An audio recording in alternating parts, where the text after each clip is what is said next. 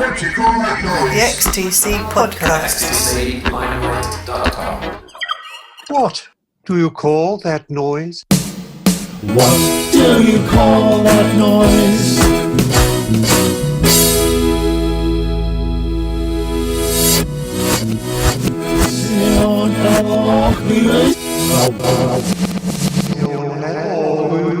Fireball XL5, all along the Watchtower, cut it out, Go Plus, take away the law of salvage, living through another Cuba. There are more, and they are all examples of XTC's early experiments with dub. As early as 1977, Andy Partridge told the NME, "I like empty music. We leave lots of holes in our music. I leave holes in my singing, like the music. I sort of hiccup." Hello again, I'm Mark Fisher, and in this jam-packed edition of What Do You Call That Noise, the XTC podcast, we are exploding together on a deep dive into XTC's fascinating adventures in sound, influenced by everything from dub reggae to Captain Beefheart, from Charlie Parker to music concrete and sounding like nothing else. To guide us through this musical landscape, we have a series of expert guests. Jeff Farris talks about his first encounter with Go Plus, which was Andy's reworking of songs from Go 2. Kevin Chanel gives a track-by-track breakdown of Take Away the Law of Salvage, which was Andy's reimagining of songs from Drums and Wires. Tom Morley, the original drummer of Scritti Politti, remembers the significance of reggae and dub in the late 1970s. And then we have a tremendous conversation between stand-up comedian Mark Thomas and songwriter and broadcaster Paul Myers about everything that was feeding into these amazing deconstructions. And if that's not enough for you, we've even got some experimental dub music of our own. To get us into the swing of things, here is Kevin Chanel to introduce Bass Country, a version of a version of a version of Making Plans for Nigel. What do you call that noise? My name's Kevin Chanel. I'm from San Francisco, California. I grew up in San Diego, which is why I saw that last XTC show in '82. Moved up here in '96. My wife and I have a record store that we inherited from her parents, right on Market Street, called Grooves. It's all used vinyl. I used to be in a band, when I was in San Diego, I used to be in a band called the Soul Brothers from 1985 to '89. And we put out 3 albums. One of them was like half an hour of an album, and the other half was just screwing around.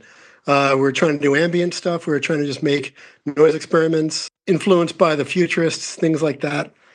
And of course, we were like 21, 22 at this time. So we're just, we're corn dogs, just doing it silly. One of the tunes was Bass Country, where I took a version of New Broom that I did from our previous album. The other guy I was in a group with just took snippets of it, mostly of my vocal parts, and some of the drums. And then we turned the drums backwards, and he put more stuff on it. And so it's like a dub version of a dub song of an XTC song, if you want to take it down the line even further. But it's called Bass Country, and it's from our Great on Shrooms Dude album.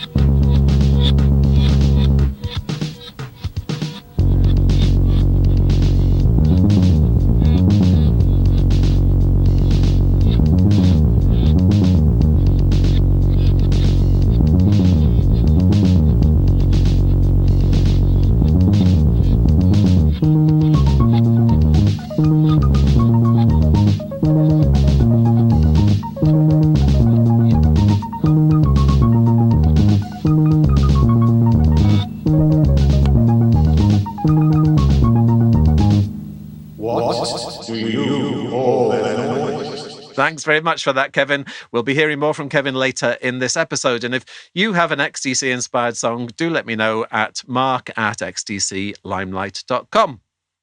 What Do You Call That Noise? The XTC podcast is sponsored by the online record shop Burning Shed, which is the only place to get official XTC merchandise. They ship worldwide and proceeds go to the band. You can sign up for their weekly newsletter at burningshed.com, and you'll also find there lots of artists such as Stephen Wilson, Jethro Tull, Billy Bragg, Pink Floyd and Big Big Train. And helping keep the podcast going are the dedicated XTC fans who have signed up to Patreon. Many thanks to all of them. If you'd like to be part of this elite team who keep the podcast going, what are you waiting for? Just head over to patreon.com/Mark Fisher and choose your level of support. As well as the podcast, there is a book, What You Call That Noise, an XTC Discovery book, which offers a musician's eye view of the band. You can buy it at xtclimelight.com. where you'll also find details of all these podcasts. Time for more dub. If you were among the first 15,000 people to buy XTC's second album, Go 2, in 1978, you got a free copy of Go Plus, which was an EP with 5 dub remixes of songs from the album by Andy Partridge and producer John Leckie. And here is Jeff Farris to tell us about a very recent encounter with it. What do you call that noise? Hi, Mark and fellow XTC fans. My name's Jeff Farris. I live in Austin, Texas, and I've been a fan since, 45 years now. Hard to believe. Black Sea was the current album. They were on tour, and I saw them open for the Police. And then English Settlement was released. And I mean, by that, I was already considering them in the same league as Beatles. That's how big of a fan I am. I know there's a lot of you out there like that too. But Mark has asked me to talk a little bit about Go Plus. That's because I recently found a copy and bought it. And here it is, 2026, and I had never heard it before. Even as a kid, I always seemed to recognize individual instruments. And so I'm a musician and a piano technician by trade. I always paid attention to arrangements of songs. I would analyze these things and kind of figure out how, when you put this together with that, it creates this other thing. The total is greater than the sum of its parts. And in the late 70s, dub became a thing where I was hearing Jamaican music for one, and so there were artists like Gregory Isaacs, Lee Scratch Perry. I just loved the idea of being able to hear one or two instruments by themselves and hear other instruments by themselves and see how their relationship is what created the song. Back then, XTC fan, I was buying all the British imports, the singles and EPs that had bonus tracks, and every now and then one would be in dub. Scissor Man is already kind of dub towards the end of the song with that repeating bass line. And then on the Ball and Chain EP, there was the Down in the Cockpit dance mix, and I loved that. I thought, wow, that's so fun. How, for them to be able to sit around and do that. And then also in the same era, there were other artists doing it. I remember Black Market Clash EP had the Bank Robber dub. Anyway, I saw the album Mr. Partridge Take Away the Lure of Salvage in the record store one day. Knew nothing about it. Bought it. The title makes much more sense once you've heard it, because they're taking parts away and they're salvaging other parts. They were really pushing the boundaries on it and changing things so drastically, moving them around, just creating completely different songs. It was pretty out there. I enjoyed it enough. I respected it. I do remember on the back of the cover where it said, if you liked Go Plus, then this record weighs approximately the same amount. And I thought, that's it. They're inspired by the Go Plus sessions, which I had never heard. So recently, I went to our local indie record store here in Austin, End of an Ear Records. Shout out to End of an Ear. They're so good. Anytime I'm in a record store, I still always have to go check the XTC section, And so I saw a copy of Go Plus for $9.99. It was used, obviously, but so I pulled the record out to see what shape it was in. Looks great, no scratches. It's got the sleeve, the made in Great Britain paper sleeve with the cut corners as they do. And the record itself, the label, the Virgin Records, green on side one, red on side two. And I was just like getting excited, sort of, And then I noticed there was a poster folded up on the inside. And in fact, it turns out that the poster is actually a Virgin Records promo poster for White Music. It's the cover photo of White Music on a poster that's sort of tilted and slapped on top of another poster of all this random 70s actors and whatever, Fonz and Starsky and Hutch. It was very punk to see this pasted on top. Anyway, I get home.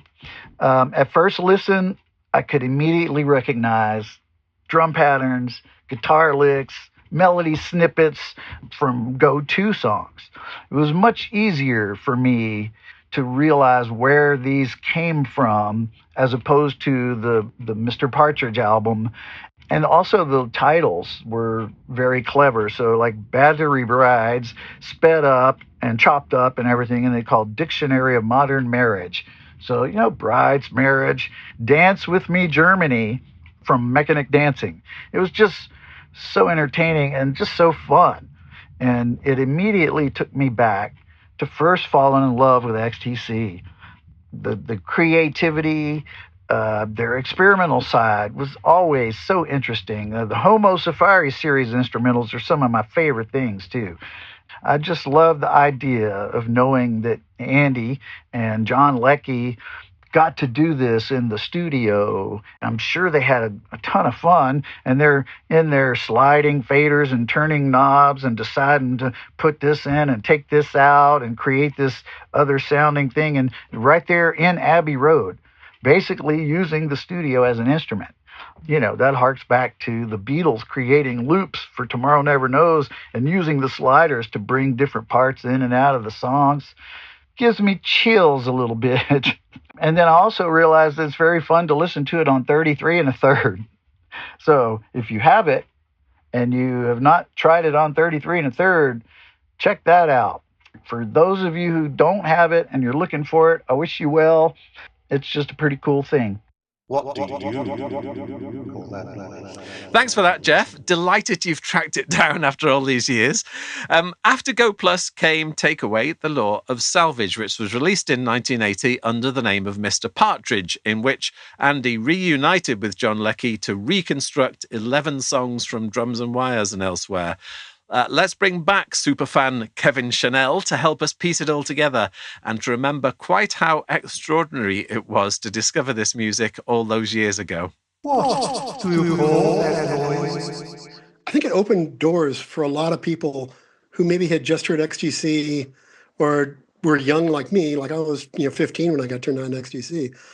I think it opened the doors for a lot of people to say, oh, wait, you can do this? You can cut things up and you can make other songs out of them, and all the different things you could do. And I think that, as well as just punk rock in general, awakened me to it. The more I think about it, the more I think how extraordinary to be interested in a band that could do this as well. Exactly as you said, that it was all these other things that were possible and that they could do. You could be an experimental band as well as a band that did Making Plans for Nigel and pop hits as well. Yeah. When somebody turned me on to XTC with Drums and Wires, same as you, it was early 1980 for me. It was like, okay, well, you can take it even further. And that kind of, and like I said, with Andy opening doors for people, it was like, okay, well, the floodgates are open now. You can do whatever you want. You can play guitar like Gang of Four. You can do all sorts of wacky synth stuff like John Fox or Gary Newman or whatever. And am I right in thinking that Take Away the Law of Salvage holds a very special place in your heart among your whole record collection? Yeah, it took me years to figure it out. I hadn't heard dub until Metal Box. I didn't know that this whole reggae dub thing existed. I didn't know who Lee Scratch Perry was. or King Tubby or any of those. Metal Box, and only because I kept hearing it described as dub. So I still didn't know what dub was. And so then when Takeaway came out and it was described as dub versions, I kind of started to, the wheel started to turn.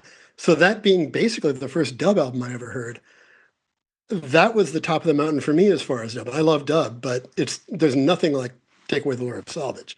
Like there's nothing that scientist or anybody has ever done that sounds like Take Away the Lure of Salvage. So it's like he took these songs and just completely overdid them, but they're not really dub. They're just complete restructuring. Yeah. Knowing a bunch of other John Leckie work, and especially the stuff that I like The Falls, This Nation, Saving Grace, and Wonderful and Frightening World, like as a producer, he brings out what an artist can do so incredibly well. And I think that was the thing with Takeaway, is like he kind of allowed Andy to take it in as many directions as he wanted to. It begins then with commerciality, in brackets, signal ad. Had you heard Refrigeration Blues? It's really interesting. It's just a regular song. It's a good song. It could have been an XTC song. I don't know why they didn't use it. But commerciality doesn't really sound anything like Refrigeration Blues. It seems what he was doing is collage, really, isn't it? It's like, I don't know whether it was an artistic influence, like the influence of visual art, but taking a bit of Refrigeration Blues and taking, some poem he'd written coincidentally and smashing them together and see what happens. Yeah. And I think it works really, really well, especially as an opening song, because it's not all in your face and, blasting at you with weirdness. It's just a cute little ditty. It's almost like a children's song, except it has him screaming, but, same kind of idea. You mentioned something a couple seconds ago, but it reminded me of Andy talking about his synesthesia, taste colors and eat couches or whatever the hell. Some of the songs kind of carry that idea or were inspired by that, or I think are actual portrayals of it, like Shore Leave Ornithology, just in how he subverts how the original song goes and makes it more of like how he feels about the music and what the music's doing to him in a sensory way. So that's Pulsing it's coming from, isn't it? Yeah. And really cool because Pulsing is a frenetic little weird song, and he stretches it out about 3 times its natural length.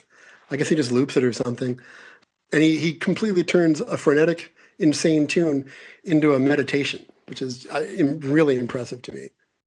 Very impressive. And because I'm trying to think whether there's some on this album, but certainly with Go Plus, Beat the Bible, for example, comes from Jumping in Gomorrah. The titles echo each other, but they're not inversions. They're kind of shadows or mirrors or something of each other. Whereas here, you're right, this is doing the opposite of the thing.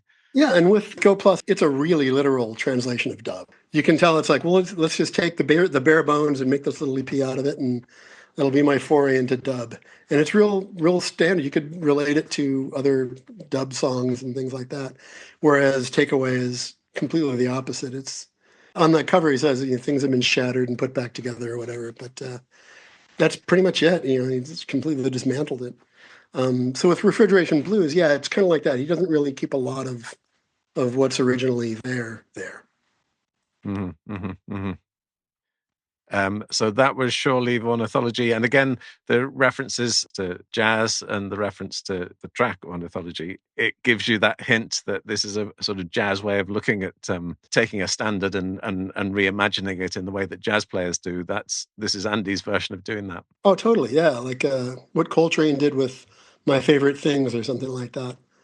Yeah, it makes complete sense. And I mean, the fact that he's taking just a small melody of Ornithology by Charlie Parker and blowing it up into this completely different thing. Took me years to figure out even what Shore Leave Ornithology meant. It's a poem about sailors or American sailors, and he's taking Ornithology, the song. But of course, we've jumped down to number 5 of the album. Should we go back up towards the start again then? Yeah. So The Day They Pulled the North Pole Down, are we there now? Yeah, that was, to me, the first of the subverting the idea of the song. Because it's what Heat Wave, and then we're talking about North Pole. So take it from one opposite to the other.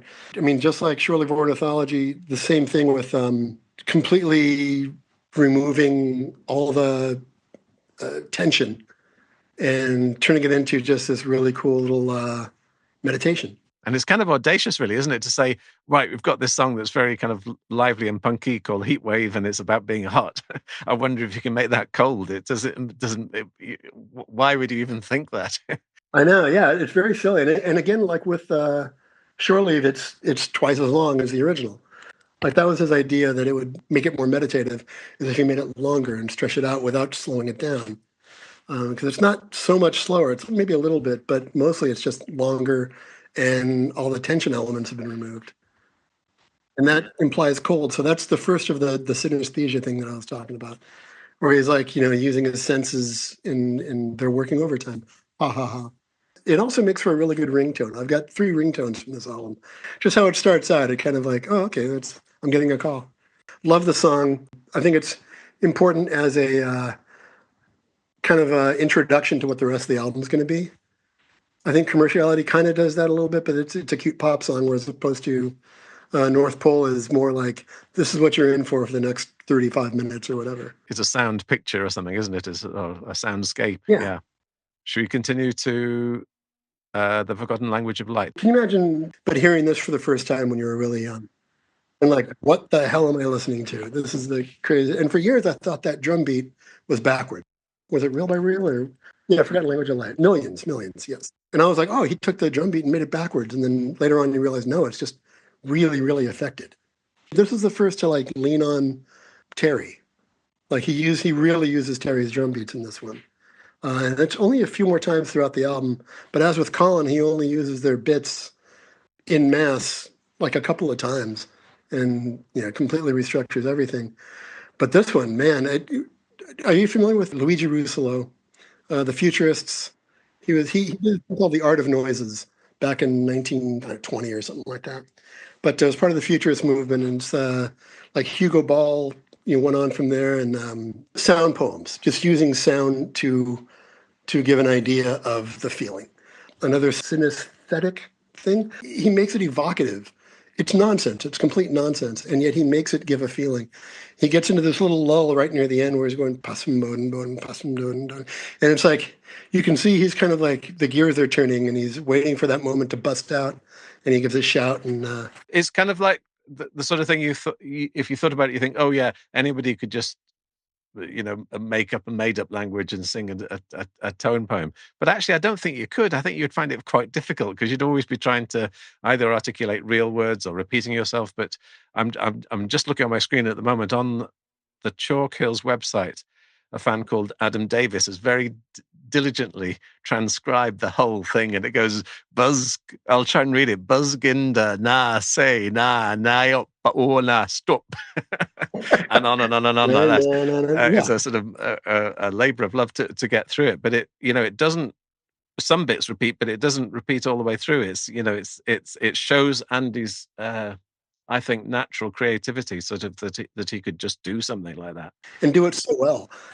How could he have written it down and done it? It has to have been pretty heavily improvised, I would think. My guess is the same as yours, but I don't know, and it would be very interesting to know. And it makes me think: is it sort of like when he improvised a guitar solo, or so? It's just going in whatever direction the music takes him. I wonder whether it was similar to that.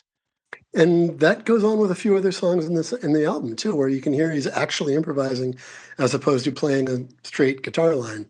Oh, one of the things about this tune, with Millions, there's the line, millions all babbling crosswords. And that's what the song is him babbling crosswords. You're right, yes. That's a really good connection, yeah. It's a really interesting tune. It doesn't hold any of the thematic weight that the original does. It has nothing to do with China. It has nothing to do with Yangtze mud or any of that. So it's a completely new song. And then you've got such a beautiful title, The Forgotten Language of Light. It's evocative of something, you're not too sure what. And that song, I mean, even those words going on in the background, they could be the sort of words that you think, oh, I just haven't listened to that song properly. I just haven't paid attention to what he's singing. Then you realize, oh, actually, it's all made up. Yeah. And it's very, again, with the synesthesia, light, language, sound, like all the different senses working around there. Shall we move on to Steam Fist Futurist? I think we should. I love the manic energy of this one, because it's really, and the guitar solo being backwards, it sounds to me like when a tape reel takes up after it's finished. The film slaps around on itself like he threw spaghetti at people or something like that. And that's just all these little tendrils flying around their heads. There's two things as a listener. There is, for fans, there is the joy of being a detective and trying to work out what song it's come from. But it's not just that. It's also like when you know the song, in this case, is Reel by Reel, you then hear Reel by Reel in a different way because there are things in Reel by Reel, to take that as an example, that you didn't pay attention to, or you didn't quite realize that was an element of it. Oh, yeah. And I still, to this day, I'll listen to No Thugs in Our House or some other tune, and you hear something that you never caught before, like a little Dave guitar thing, that's just a throwaway. Or I think he does that really, and I'm jumping ahead a little bit here, he does that to really good effect on Workaway Tokyo Day, where he gets just a little guitar twingy thing that, I don't know, him or Dave does, whatever, that little figure, and he turns that into a whole orchestration, and it's basically the main part of the song. All these little dots and blips jumping around all over the song. One of the things where he just expanded one idea and turned it into something completely different. But yeah, Steam Fist Futurist really pops out because it's been kind of, not tame, but it's been kind of non-musical or not really song-oriented. And this one is like literally taking a song and just affecting the hell out of it. Yeah, removing the lyrics, and that's about it. Terry is a fantastic drummer, and you just get to enjoy his drums. Yeah. And that's cool. And I wonder, like with him or Lucky, was it like, okay, you've done 3 of these sound poem things, you got to throw in Terry's drums there a little bit. You got to make it snap. And this is the first that really pops out like that. Okay, then back to Shore Leave Ornithology, which is my favorite song probably ever. I can hear it on a loop, 1,000 times a day. I don't even mind. I'm going to pin you down there. Shore Leave Ornithology, from all the music that's ever been recorded, that's the one that's gravitating to the top of your pile. That and maybe Genius of Love by Tom Tom Club. Nice one, yeah. And Walking on Sunshine, which I think is still a great pop song. Yeah. But what an amazing mixture of songs that you've just said. and the reason I'm pinning you down is because I know there'll be fans who listen to this podcast who say, "Oh, why are they bothering with that?" It's quite often just dismissed quite easily, isn't it, as an album? Yeah, absolutely, yeah. And me and my friends did the same thing back when this album came out. The guy that I started the band that I did New Broom with, we were old high school friends. We came from like 9th grade, so we were experiencing all this stuff at the same time. So when this came out, we read a review and it said that they took a bunch of XTC songs. So we did that thing where try to be detective and nail down. Oh, that sounds like. You hear one song in Forgotten Language of Light, and you can tell it's Millions. Maybe I think it was like a drum part that comes in, like just a fill. And it's like, okay, that's from this part of Millions, blah, blah, blah. But I figured since we were just a couple of kids in Chula Vista, California, listening to this just because we had nothing else to do and we were kids and in cars, we assumed that why wouldn't everybody like this? This is really good music. It came out on a major label, therefore it must be valid. So did you have more to say about Shore Leave? Just that really how he takes a Charlie Parker song and, again, slows it down, turns it into a meditation, makes a really cool, snappy melody into this little soundscape thing, and plays the guitar along with it. And the horns, especially considering Charlie Parker played sax, Andy Partridge plays really bad sax in this. It's noise. And he kind of treats it that way too, because it's heavily reverbed and it's way in the background on, I think it's loaded to one side too. So you can tell it's being de-emphasized and the guitar part's being emphasized. But one of the things that I also love about it is how close he is to the mic when he's saying the lyrics. You can hear him popping and things like that and drinking coffee, and it's kind of cool that way. Anyway, I can't talk enough about this. The lyrics, they're elliptical. They're not. There's not a definite meaning for it, so you can still try and get more from it each time, I suppose. Yeah, and I'd imagine there's a degree of cut and paste, like what Bowie was doing with Hunky Dory and William S. Burroughs and things like that. I'd imagine there's part of that to it, so that it can't make sense, like a literal linear sense. But the images that he evokes, just of sailors on leave and sipping coffee, and and I don't know why he's talking about Parker as that black man, which I thought was kind of whatever. But for me, being really young at the time, I didn't know anything about Charlie Parker. Round Midnight hadn't come out. Bird hadn't come out. Any of those jazz movies hadn't come out. So I didn't really have anyone showing me jazz. There was a jazz station in San Diego, but they just played crap like Kenny G and Spyro Gyra and stuff like that. So jazz was garbage to me. So when I finally, many years later, found out this was a song by Charlie Parker called Ornithology, all the pieces started to come together. And then what he was talking about and kind of gives a vibe of perhaps what it felt like in post-war America, when jazz was big. And when my father was in the Navy, so I think of him as like being in Korea in 1950, and just kind of what that might felt like, and who knows? That's you throw all those things together, and you can come up with all sorts of things. Andy Partridge's dad was in the Navy as well, so I wonder whether that was a sort of similar thing going through his head as well. Oh, I didn't know that. Oh, cool. Yeah. Yeah. He was, because Andy was actually born in Malta because his dad was on duty over there. So I'm guessing, I don't know, but the same as you, that there could be that feeling of, I wonder what it was like for my dad in 1950. Yeah, it's pretty. And then the people that he was on the ship with were probably listening to country, blues, jazz, Glenn Miller, things like that. And so that he throws it all together in a neat little package that you can kind of ruminate on. And again, like you said, it's like you're constantly chasing more in the song the more you listen to it. So where have we got to? We're down to Cairo now. Not so much a subverting of the original song, which is Homo Safari.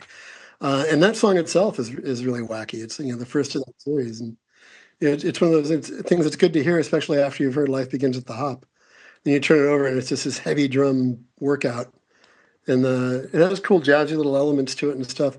And he just takes all that out for Cairo. He just turns it into a kick in the pants. It sort of turns it into, it's not a comedy record exactly, but it's funny, it's lively. It is. It's adorable. Yeah. All the little noises he puts in, like the camel walking and the sand and the, flames. It's kind of cool that way. But I mean, not a lot to it, but it's fun. Again, if you had been brought up on Jamaican reggae, with pulse, deep bass and all the rest of it, then this isn't like that at all, is it? But it's not heavy and dark. It's light and airy and something else that you can do. Oh, it's yeah, and also it does one of the things that it was like a fun thing for him, where he would try to create dance steps or dances, like the spinning top, Cairo, neon shuffle. Yeah, I can't imagine he was serious about these becoming actual dances, but then he liked to refer to them that way. Is cracks me up. Yeah. Again, I suppose it's an awareness of pop history because, so much 60s pop was about there's a brand new dance and it's going around. And, totally. It's called the whatever. The mashed potato, the twist. Yeah. Oddly enough, it leads us into the next tune really well, which is the Rotary. Rotary, yeah. That to me is one of those, like, put it in the car, drive really fast, and just let it beat the hell out of you for 3 minutes or whatever. It's also relatively literal to a helicopter too. I was just thinking that it takes us back to Go Plus a bit in that sense that it's not an inversion, but it's like a mad version of the helicopter, isn't it? Yeah. It's like he boils it down and makes that the flavor, like makes that boiled down section. Then okay, we'll grow from there. We'll put this here. We'll put a guitar here, whatever. But I love that he took helicopter and just took the noise of a helicopter and made that the song, basically using Terry's drums again, leaning on Terry's drums. Very heavily on that one. And then echoing what we were saying before about the forgotten language of light, is that sort of improvised singing and yelling over that backing. Yeah. I'm glad he keeps the dopey parts in. The part near the end was like talking about row and Terry, that spells rotary, something like that. I don't know the exact words. He just kind of throws it in there. Name checks Terry, which is cool. But also, this is another of the dances. You can forget about all those other dance steps or something, because this is the one, the Rotary. I told you about the spinning top. That's a dance you got to drop. And it also, if I'm remembering correctly, is the one that references Captain Beefheart. And I guess Captain Beefheart is another influence on all of this kind of stuff, that you can have this sort of deconstructed rock and roll, bluesy, whatever that fits in there. True, yeah. But not just Beefheart, but also in the same line, Snakefinger. Of course, he was like in LA, I guess, or not in San Francisco, and he's on the Commercial album, which came out in 1980. Yeah, he does the lyrics on Margaret Freeman. Great song, but he was saying he didn't have any time to rehearse it.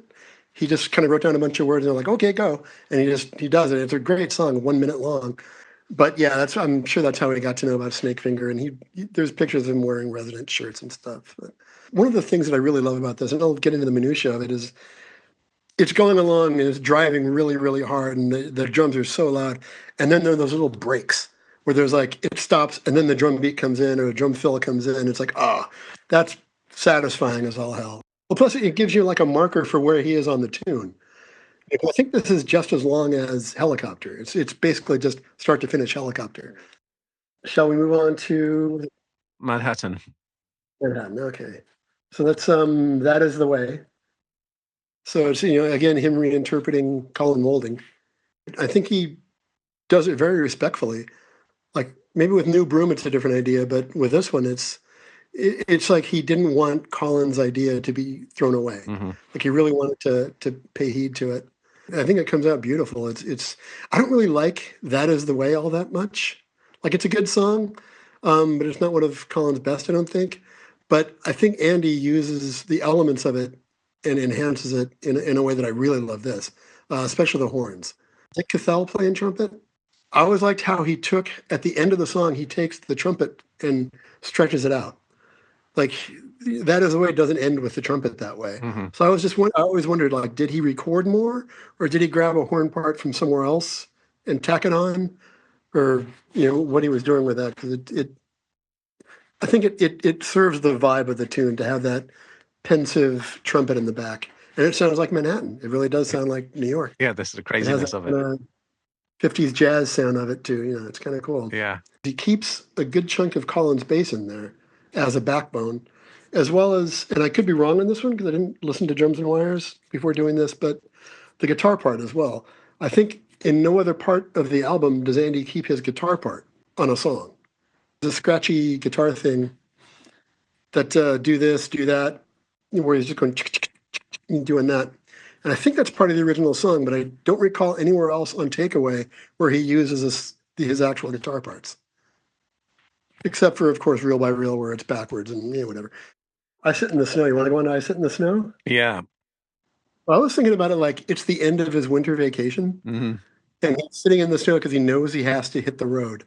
He has to go and girdle the globe. So it's like, okay, I'm going to do this before I go anywhere. Yeah. And just really meditate, I have to go out into the world, Andy, and any anxieties he may have. It's like, this is where, the happiness ends. And then I go back to Anxietyville. Yeah. Things like that. But also the synesthesia thing again with, the taking the feeling and turning it into a flavor, basically. The lyrics are like the parentheses of a haiku. It's like there are 5 syllables and then another 5 syllables, but nothing in the middle. There's no 7 in the middle. There's no, because it really does evoke not like being in the Alps, not being in the Adirondacks or in Vail, Colorado, but like being on Mount Fuji or somewhere, and being at the top of this Asian mountain and meditating, and it sounds very Buddhist to me, as it were. Somehow, although there are only very, very, very few words, like a haiku amount of words in it, there somehow seem to be more than that. It just sort of creates such a strong atmosphere. Yeah, it really does. I mean, it's very evocative, and that's as with Forgotten Language of Light. I think it really succeeds there. It's such a nice little respite before the insanity begins again. Yeah. Should we talk about that Workaway Tokyo Day insanity? Let's talk about it. As I mentioned earlier, he just takes that tiny little part of Day in, Day Out. And as with I Sit in the Snow, it starts out very, very calm. And again, the synesthesia thing where it starts out with a feeling of morning, I think. It's like the sun coming up.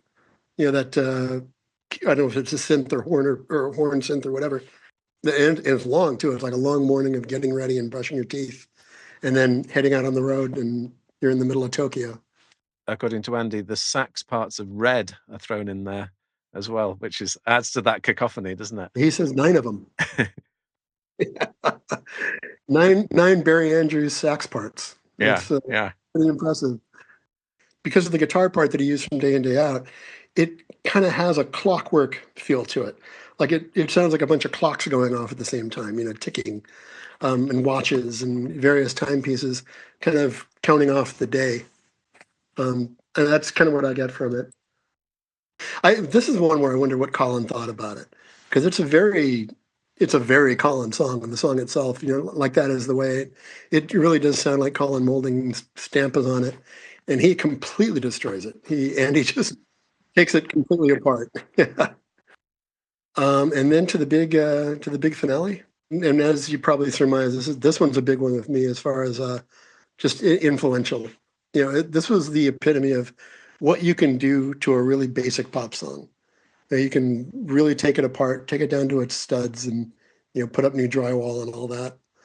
He takes the drum beat and beats the hell out of it. He puts all those bouncy sounds, and it has a stereo panning on it, like a few of the tunes do, but this one really plays it up, and I kind of like that. And one of the things that I really appreciate about that is you don't know what it is until the very end, until Colin's bass comes in. And that's I thought he did a really good job of weaving in the real with the fantasy there. If you're an XTC fan, Making Plans for Nigel, but even back then when it was a relatively new song, it's a very, very distinctive song, and the drum pattern in particular is unmistakable. So to be able to create a whole new song from something, and without you immediately think, oh yeah, that's obviously Making Plans for Nigel. I mean, it is if you do a bit of work for it, but he's managed to turn it inside out so completely. You can't really tell. You may think it's maybe Making Plans for Nigel, and then the end when the hi-hat comes in, because he throws that in near the end. It's like, oh, okay, well, unmistakable. But it gives you the idea that that's kind of the linchpin of the song, of the pop song Making Plans for Nigel, is it has that little catchy thing that sticks in your head. And that's definitely one element as to probably why it was so popular. And then just the mood of things. I'm just thinking of the backing vocal that ooh becomes this very sad, lonely opposite in meaning to the brightness of the pop single. And it's not really sardonic like the backing vocals of the regular song. It's just kind of like you said, sad and kind of mournful, like this thing's coming to an end. But also like that last sound, the horn sound that ends the song and goes on for like 30 seconds, to me sounds like the car has hit something and the guy's face is on the horn. And just that's when somebody comes to check out the accident scene, that's what they see, and that's what they hear. Yeah, and it's really final, isn't it? It's like, right, you've had your fun, that's it. End of record. And yet what the song is about is, starting over, completely starting fresh. Question I was thinking of is, particularly you having worked in a record shop and heard a lot of music, whether you have over the years heard the influence of this stuff on subsequent artists, or does it just sort of stand uniquely in 1980 as an experiment? No, it's pretty singular, I think. I haven't heard anybody, especially with dub, I haven't heard anybody try anything at all like this. I don't recall anyone taking this many liberties with their own music, or even with anybody else's. Maybe there are some like Japanese noise guys like Merzbow or Cornelius or something like that did little snippets and samples, or they took a drum beat and subverted it, but nothing that goes as far as this. Nothing that is extreme, and that's what grabbed me initially, and still makes me think it's such a great album. Is just that it really goes the distance on experimentation. What do you call that noise? Thanks for that chat, Kevin. In the last episode of the podcast, I talked to Tom Morley, who was the original drummer of Scritti Politti and a keen follower of XTC as a live band before they were even signed. He was also a huge fan of reggae and dub, so I took the chance when I spoke to him last time to ask him about the part it played in the post-punk scene. And after that, we'll segue smoothly into my conversation with Mark Thomas and Paul Myers. What do you call that noise? The other thing I'd like to talk to you about is reggae, because I know you're interested in reggae, and you were writing about the skank in Skank Block Bologna, and I just find it fascinating because abstractly you wouldn't think that the reggae would be of any interest to the punks and punks would be of any interest to the reggae people. But it wasn't the case. When it was like the two cultures did clash, didn't they? They did meet each other, and that was a very interesting crossover. Reggae was a big thing, wasn't it? It was. And just to give you an art school answer, rather than a musical answer, we were interested in deconstruction, which came from structuralism, from Jacques Derrida or Derrida. Depending where you're educated. Exactly, yeah. Roland Barthes, particularly Roland Barthes and mythologies, which was one of my. If Desert Island Disc only gave me one book, I would take that book because it would allow me to look at the island in a very different way.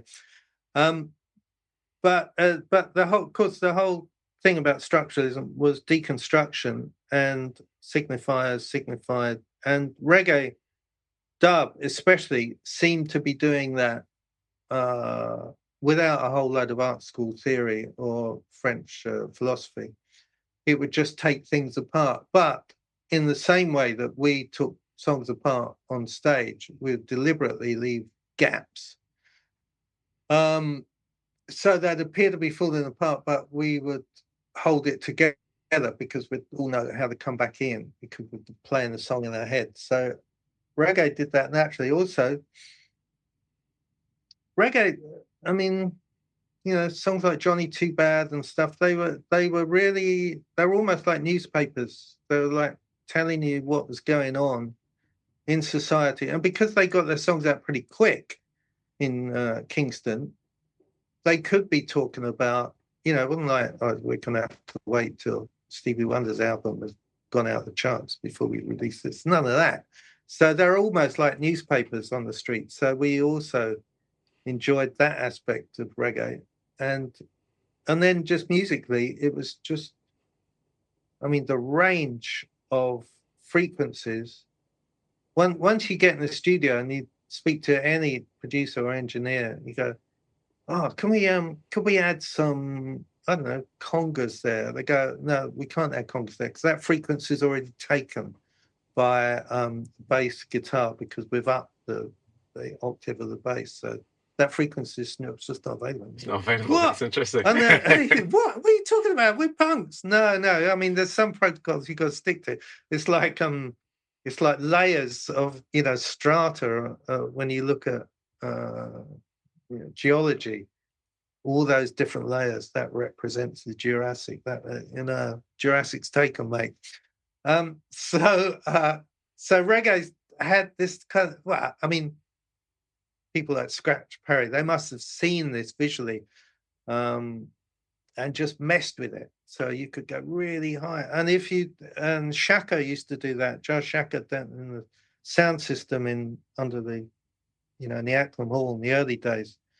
You would go, it would just be like walking around the Science Museum if you had that kind of visual way of absorbing things. You think, oh yeah, he's dealt with this, you know, there's the Natural History Museum, there's the dinosaur, but up here it's this tiny little bird tweeting away, you know, everything in between.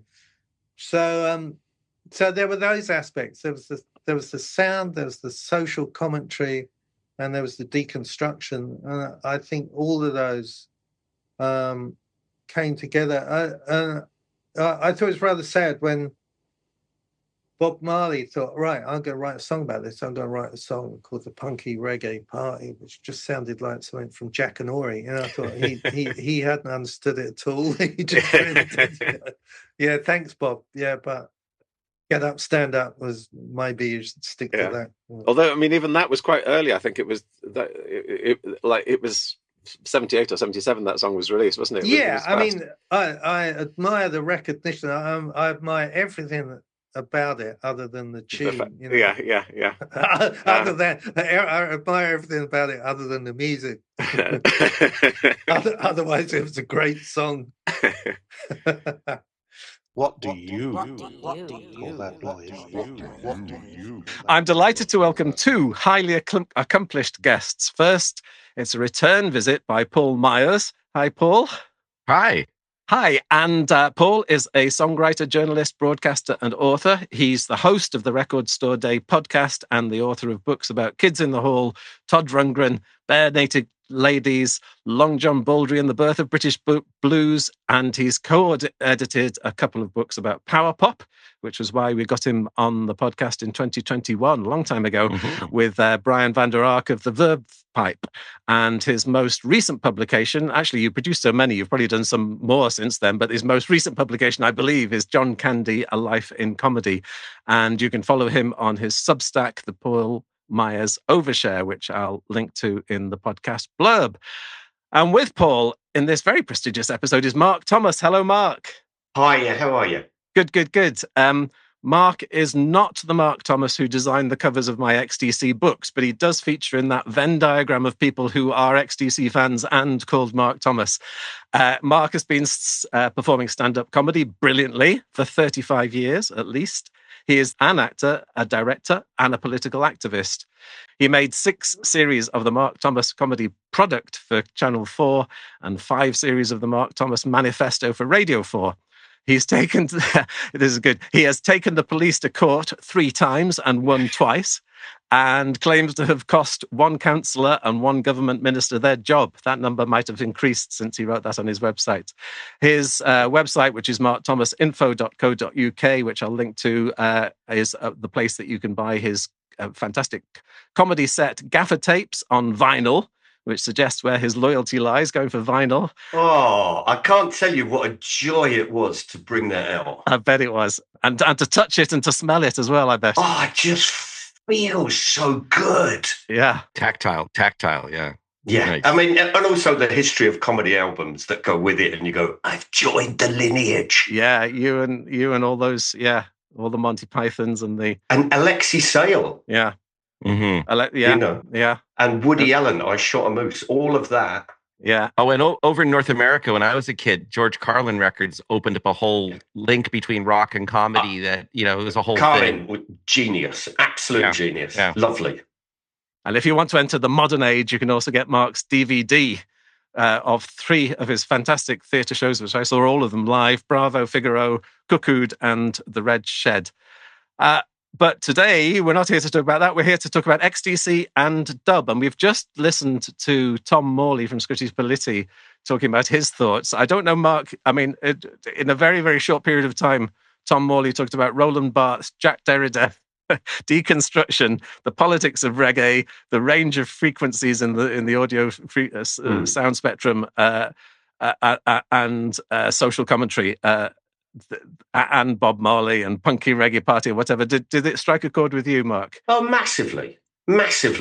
Because one of the interesting things was, I think, at that period of time, if you're looking at the kind of 1977 through to kind of like 1982, somewhere around there, you have this incredible sort of love affair with reggae that goes on from sort of punk and new wave. And it appears in all sorts of different places because you have Rock Against Racism, which kind of people forget was this major kind of like point of where 2 different cultures met. Well, lots of different cultures met actually, but in specifically, I remember going to see the Angelic Upstarts playing with Aswad and the Rots. Right now, actually, and Tom Robinson was playing as well. Amazing. Yeah. John Cooper Clarke was comparing. He had a broken arm and was drinking vodka out of a bottle. He was, so the whole thing was absolutely. It was just this chaotic, wonderful mix. But they Aswad, who were kind of like, I come from South London, so Aswad at the time were the reggae band in the UK. And you'd see graffiti in Brixton, Aswad, Pride of Brixton, all this kind of stuff. But so you had that point of meeting where you have Rock Against Racism, where you have the politics, where you also have the culture that goes with it. You have this incredible sort of moments where punk bands became obsessed with being sort of outlaws in the way that sort of Rastafarians had kind of been cast as outlaws. And Don Letts talks about that. Johnny Rotten talks about it as well. So there's this meeting of these two sort of outlaw cultures.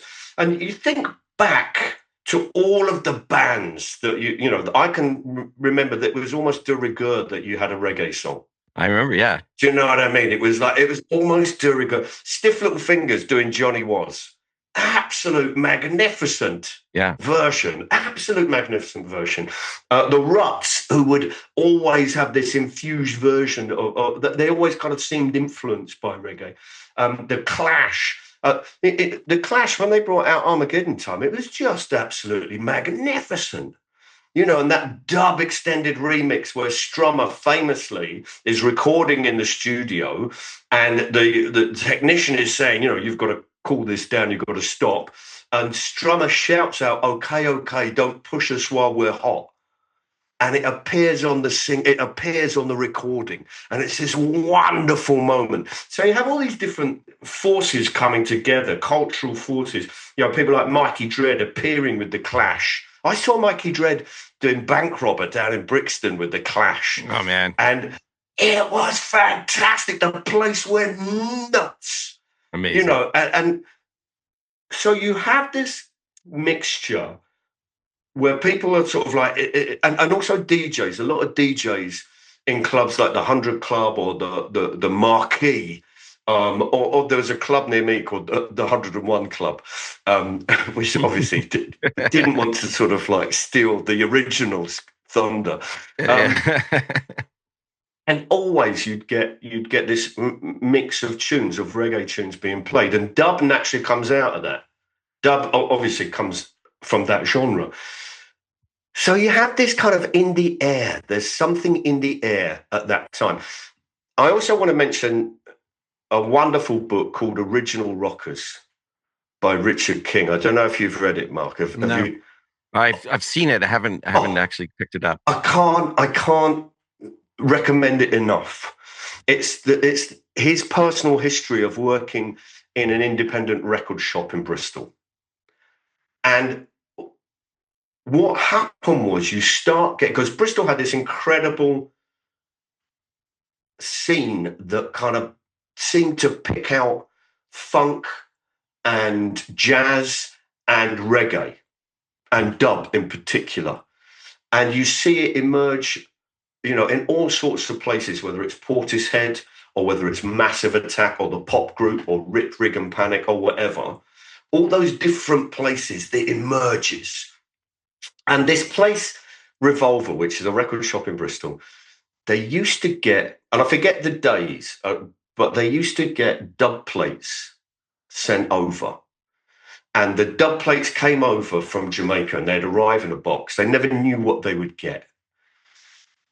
And they used to shut the shop, I think, on a Thursday morning. It might have been a Wednesday morning. And at that time, you'd get all the DJs and the sound systems who would come into the shop and they would play what was fresh in. Mm-hmm. So they would put it on the turntable. No one had heard it. They would put it on the turntable and whoever said, yeah, I'll have that, you got the right to have that dub plate. Mm. But also you got the right to buy all the versions of it that they had. So no one else would have it. Just your sound system. Oh, that's amazing. Would have it. Yeah. And it kind of reminded me of the days of the kind of Northern Soul cover-up single. Yeah. Where if you got a single that was really unusual and no one else had got it and people were trying to find out what it is, you'd put a false label on it and it would be called a cover-up. So there's something wonderful about all of this happening. And I do wonder if, XTC being a Swindon band had that orbit of Bristol that kind of sucked them into it. Do you know what I mean? Yeah, nice. Yeah. The other comment I've come across from Andy Partridge was saying that at Eric's club in Liverpool, where they played about half a dozen times, the guy who ran it and did DJing there, a guy called Roger Eagle. And he also worked at Probe Records over the way, which is a legendary record shop over the way. Yeah. And he would have all these, what Andy described as sort of satanic dub records that he would play. So while XTC was sort of waiting to go on, all of that stuff was going in as well. So that, it was, as you say, Mark, it was in the air. I'm wondering, Paul, whether you, from a Canadian perspective, it's a very specific cultural mix, isn't it? Because of Britain's post-war history of so many people coming from the West Indies who's settling and second generation and so on. Third generation people importing all of this music that happened at the same time as, well, a lot of it was happening at the same time as punk, which you wouldn't abstractly think as natural bedfellows, would you? I want to tell you that living in Toronto, where I lived, which is Toronto's a little different than any other. I think historically I can see now that it was different than a lot of other North American places, but definitely it was one of the main. It's the main English-speaking city in Canada at the time because Quebec had more French in it as well. And we had more of a melting pot here, there. I'm not there now, but there's lots of Caribbean and Jamaican and Bahamian people came to there directly. So they didn't come through the American experience of blackness, so they came straight from the Caribbean or from England. And so there we had this strong reggae culture. And so when the Canadian punk band started, there was a Rock Against Racism that I played with my band, and we were very aware.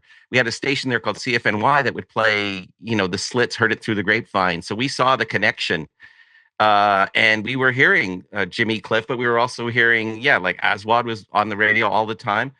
And I remember being very aware that the Clash were speaking of it. And on my podcast in the last couple of years or so, I've had many guests, but three of the guests that stuck out for this conversation, I had Don Letts on, and we did talk specifically about that marriage of the Clash. We were talking about Joe in the context of a Joe release that came out, and he was giving me the insider background about what was going on from his point of view, merging with the punks, the largely white punks, and then Joe Boyd, who is a producer you may have heard of.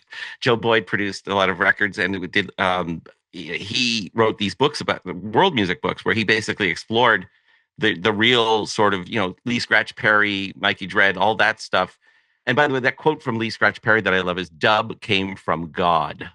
Which is that's, and if you know anything about Lee Scratch Perry, it's definitely, that was a big thing. And recently I had Adrian Sherwood on, who was a different generation of the same thing. And his reverence for the science of dub and what it means, but also just from two points of view, because there's also just the sonic. A lot of people are just interested in deconstruction the way, the way we were interested in sometimes introducing, sculpture. As Andy Partridge has said, I think in the Neville Farmer book, he said, it's just you take any kind of music and make a new sculpture out of it. And, he also said later that he didn't love what he did. Years later, he didn't love what he did, but all the time. But this idea that there was a lot of, and Colin Moulding has a quote in that book too that I wrote down.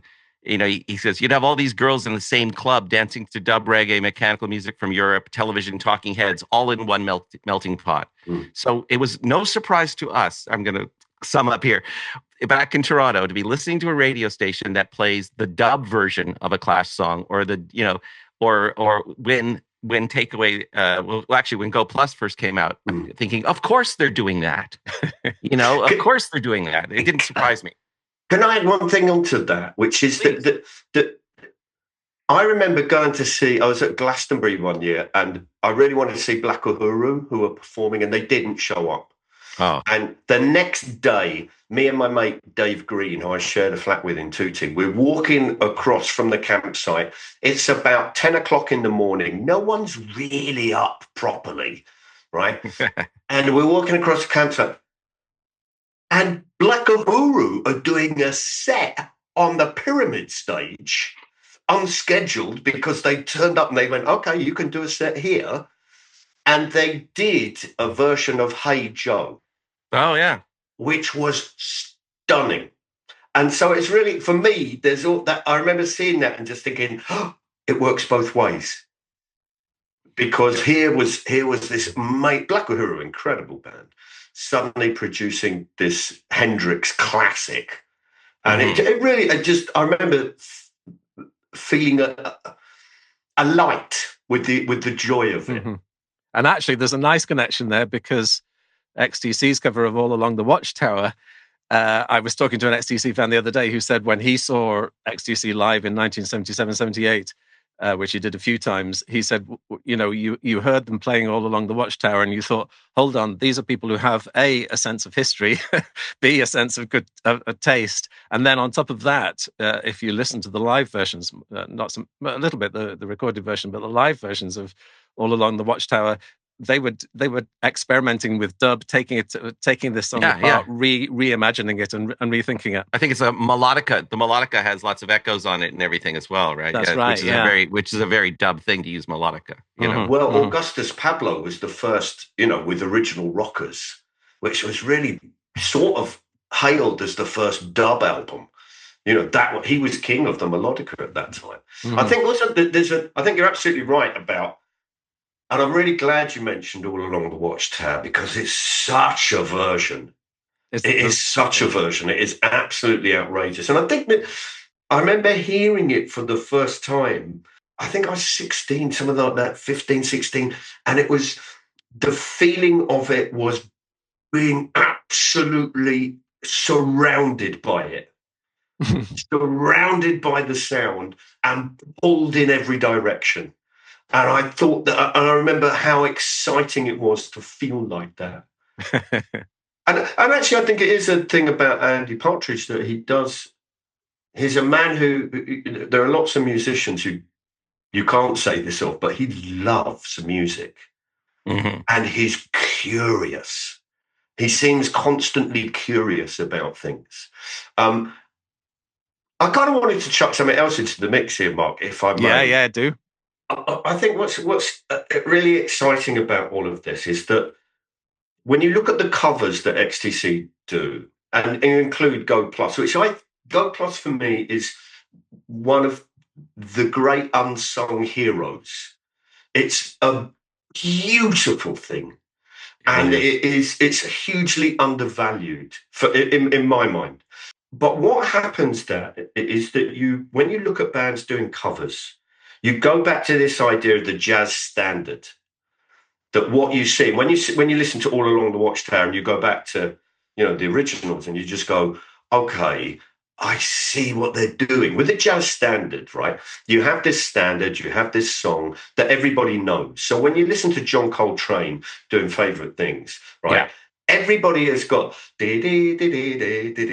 somewhere in your body, that song, the original song goes through your mind at some level. So when Coltrane goes, you catch where he's being different and you catch how he's playful. So you have to have a version of it in you to really get what he's doing. Can I add to that this thing is, I call it referencing. Like, it's the idea of so when you're referring to the original recording and in the dub records, and I something that I loved about, especially on Takeaway Lure of Salvage, the second dub album, that there was a sense that I don't think, as I recall, maybe I was just an idiot, but I didn't see liner notes explaining which songs they'd used. No. So there was a game amongst us deep XTC fans, and there was about 5 in my group that we were all, including people I played with, which is beautiful. It's great to have bandmates who love the same music as you. And I remember sitting there going, what's that? Oh, I don't know that one. And in some cases, it was because it was a single that I'd never heard, or like Refrigeration Blues, I don't think I knew that well. And so there was so trying to figure out where's commerciality coming from, where's that, and there's also, he added new things. So it wasn't all just dub strictly, it was reconstructed from the bones of other songs, Frankenstein music. And the referencing was the thing that you're speaking of in jazz, right? So there's some very avant-garde jazz and experimental whatever music that doesn't even have a genre, where you hear part of the lead melody from something and it's slightly warped or in a different key, and you go, oh, and you're what you're saying, Mark Thomas, is that you have to almost know the original. You have to get it to understand and I wouldn't call them jokes, but the same way a joke can be a reference to something, a play on words, a play on word or a pun, to be able to subvert something, you almost have to know the first thing, right? I mean, and it stands alone. That's the other. That's the joy of it. That's the utter joy of it, that you can appreciate on all these different levels. I think for me, it's like you can see the play. You can see how they're playing. You can see the artfulness of it. And I think when you look at jazz musicians do it all the time, that you'll suddenly get a burst of something that breaks out and then goes back in. Keith Jarrett does it all the time. Do you know what I mean? Or did it all the time. You know, there's something will burst out and then he'd pull it back in. And I think that there's something really interesting, the relationship, not just with dub, but with jazz and XTC. And I mentioned to Mark about Guy Barker, who is a trumpeter who appears. He's a. I don't know if you know him, Paul. He's one of the sort of English. He's a kind of stately trumpeter of Britain. He's one of jazz's sort of heritage houses. He's played with Ornette Coleman, and he played with XTC. He does the trumpet and the flugelhorn on The Last Balloon. Oh yeah. Which has got that sort of like, it's got a little drilling note, almost like it's a summoning trumpet, if you remember. Yes. So you get this you know, and it's almost like the trumpet's been put into the song to herald people to get on The Last Balloon. But then they have a solo at the end, and it's the most beautiful. And part of me thinks the love of dub, there's something about jazz mixed in with all of this at the same time. It checks right away. I think so, yeah. And it's actually, I mean, less so on Go Plus, but it's the beginning of it. But by the time you've got to Takeaway, what you've actually got there is it's almost like a new art form, because you bring the jazz element, you bring the dub element. It doesn't sound like a jazz record. It doesn't really sound like a dub record. It's this other thing that is I think the most, possibly of everything in XTC's canon, it's the most true to Andy's crazy imagination, because everything's in there. There's scat, there's deconstruction, there's weird tone poems, there's all sorts of stuff in there. But if you listen to Go Plus, there's stuff, because of the use of drums, the way that they've used drums and the way they've recorded them. Beat the Bible, you know, has almost got this kind of, there's a bit of it where I'm like, I'm listening to Autobahn by Kraftwerk. Do you know what I mean? There's something that goes into this. It goes beyond dub. It creates this kind of like repetitive beats, electronica. Mm-hmm, mm-hmm. Yeah. And was it Ornithology? Is it? It's off the the one 1950s jazzy wrought iron kitchen. You know, it's totally, literally jazz. I mean, and he has the ride cymbal sort of. I always call it sarcastically playing as though there's a straight beat there. You know, but it's you know, and that's Andy, and the playfulness. I mean, people forget about that, you know, sometimes people take Andy way too seriously, when in fact his whole thing is just playing with stuff, deconstructing. I think you're absolutely bang on. The playfulness with which he approaches music is brilliant, and it reminds me of kind of, you know, the Beatles would record various versions of the song. So they'd go, okay, is this a doo-wop version, or is this a rock and roll, or is this a rockabilly version? And actually there's a sense of that sense of play, albeit with not the facilities and money that the Beatles had. I was thinking about the Beatles because a couple of things. One is that to go way back to something you said, when the Beatles were first starting on the beat club scene, they would always get these American R&B singles, and certain bands would go, oh, he's got that one, so they're covering this song now. And they wanted to be the first in Manchester, say, to play that song. And it was, you know, some GI had brought a record over, and they've you know, I've got it, you don't have it. And then, but all the way through the Beatles referencing things, including on All You Need Is Love, when they start singing She Loves You, Yeah, Yeah, Yeah. It's literally a jazz thing to do, which it's not jazz music, but it's a jazz thing to do, just to quote a melody from some other. And also in the context in which they did it, they were saying, we've always been about love, you know, and so here we're referencing ourselves from only 4 years ago, like, you know. And I think that was cool. And they did a couple of things where I think there's some references in some of the solos, like where George would incorporate a melody from something that, you know, that you kind of knew, and it's like, you know, legally okay to put it in, you know. At the time, XTC they were really at the edge of all of this. They were really quite at the edge. When you think of 1978, which is when the album came out, when Gold Plus came out with it, the Flying Lizards, Mm-hmm. right? The kind of commercial kings of deconstruction. That money was out in 1979. They were just behind XTC. And you know what the Lizards did was that incredible thing where they could strip a song down to its most basic.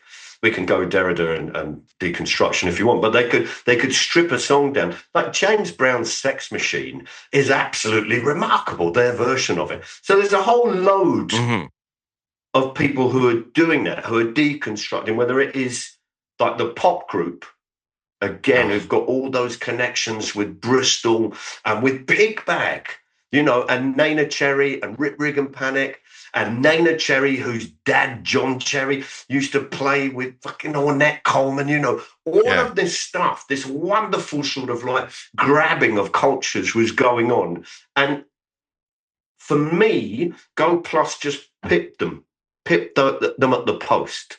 Do you know what I mean? In the way it came out before the Flying Lizards, it was just came out before that period. But what it did was so fantastically playful in that tearing it out, putting it back together. It's like getting given a Lego, you know, Death Star, and making a butterfly. A friend of mine, when I was a kid, they put their, do you remember G.I. Joe, the American Army doll? And he took the head of a G.I. Joe and stuck it on the body of a Barbie, which predates an entire political discussion that is still happening to this day. But you know, you mentioned something, pig bags, Papa's Got a Brand New Pig Bag used to be played on this radio station that I mentioned, CFNY, to the point where bands I know would start playing their own songs and adding, they didn't have the Echoplex, so they would have the guy in the band, the guitar player would be playing blank, blank, blank, blank, and he'd be like playing it like as though it was an echo, and people would be singing, hey, hey.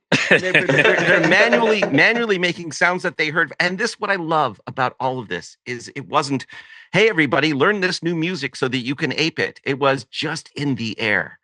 And that is, I mean, as an older man, one of the things I'm happy about is that I was kind of there. Like being in Canada wasn't exactly being in London, and I envy you, Mark Thomas, for your stories of that scene. And I always, you know, like I hit up Don Letts for such stories as well.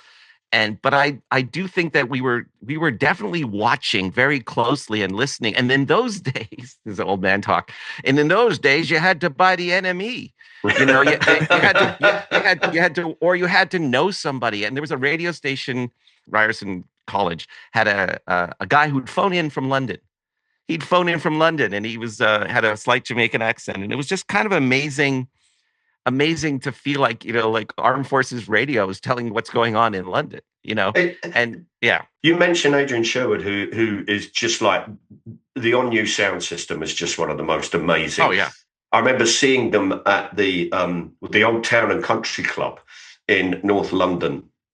They had African Head Charge, they had Dub Syndicate, they had Gary Clayle, and they had Jar Wobble, who, of course, you know, was in Public Image. Oh, there's a good link there, yeah. I remember my chest pounding with the bass that it would kind of reverberate within you. And it was one of the most exciting sounds. All of that stuff was, as we said, all in the air. What's brilliant about, going back to XTC, what's brilliant about them is the way in which there are so many different things happening within, quote unquote, a dub plate. They produce a dub plate. That's what they've produced. There's so many, there's electronica, there's dub, they've started to fuck about with techno. Do you know that? And so all of this is in there. And I still think it's one of the most wonderful experimental things that's been brought out in years. Mm-hmm. Mark and I were talking about after Go Plus, which John Leckie produced.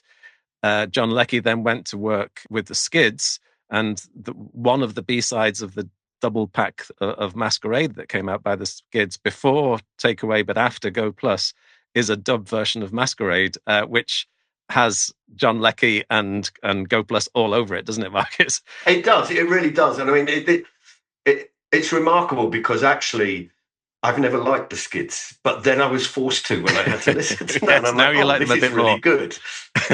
Yeah, but it's like you can see them. It was that line from Titanic: "Paint me like one of your French girls." Like it's like so. Basically, they say to John Leckie, make me sound like. Of course, John Leckie got that assignment a lot, and sometimes it was for Pink Floyd. He also got it with the Stone Roses because the Stone Roses went to John Leckie because of the Dukes of Stratosphere, so they wanted to sound like that. Absolutely. John Leckie has a lot to be credited for. I want to go back to something you said though, because there's the Motorik, the Teutonic Neu and Kraftwerk influence that sets it apart from Can. I think if you were to like in an algorithm or an AI program to say make XTC a dub record, it would forget to throw in that stuff because it would say, oh, well, you mean take all the hallmarks of Lee Scratch Perry and just make it Jamaican and make it dub. But this is a Euro thing for me. That's the other thing that I got living in Toronto was like, oh, there, Bowie had already gone over. He was actually over there at the same time around that time, right? Bowie was in Berlin around that 77 to 8, right?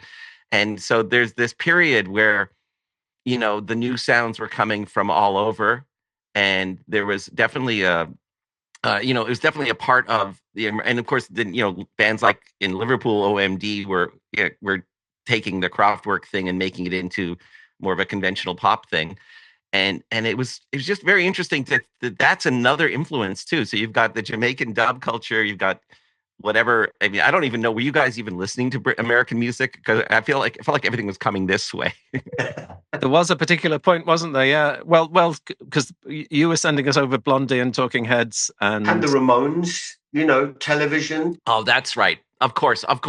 Yeah. Okay, yeah. I stand corrected. Corrected. In fact, yes, another frequent guest on my show is Chris France from Talking Heads, who talks a lot about what they got from going over there and being well received, because that's the other thing too. A lot of those, like Tom Petty and the Heartbreakers even made it in London first, so it's I agree. Okay, sorry, I stand corrected. I was just reading that I think it was sort of 1980s, so a little bit after we're talking about, but there was a point when it felt in New York like it was another British invasion. It was another early 1960s because there were so many British bands, The Clash, The Jam, XTC, all of these people coming over to New York, and they discovered hip hop happening in Queens, and so suddenly guys like Joe Strummer were being plugged into like, oh, now we're going to be tuned into the block parties, so then that was another wave, and again, thanks to our friends in the black music community for constantly showing us where to go. Mark, you started off talking about Rock Against Racism.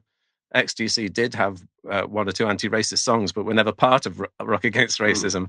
They were never, they weren't doing reggae tunes in the way that the Clash were doing reggae tunes. There's a sort of syncopated guitar that is quite scarish that Andy would use. But it's like they would just do. Well, Respectable Street. If you listen to Respectable Street, it's got those amazing beats and cuts in it with the guitar work. I mean, they've taken it in a different way. Yeah. I think the point I'm making is that I think they just did everything in their own way. So they weren't they didn't like to be part of a scene. So I don't know what they the weren't reason joiners. for not being. They weren't joiners. Weren't joiners. So, yeah. I think there's something really interesting about Rock Against Racism, which is it genuinely had an effect. It had a political effect. It set a political culture and it set a political tone. And it also offered opportunities for things to meet and mix and to progress.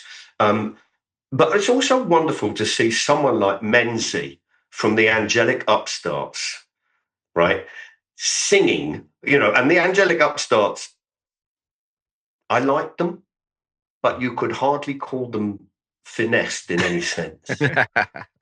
But he was anti-fascist from the word go to when he dropped dead. And there's something wonderful about that. The genuine is. I take on board what you're saying about XTC. And it's a weird thing because you see people get involved in their own way. Like, I don't know if you remember, The Fall did a version of a Lee Scratch Perry song called Kimball.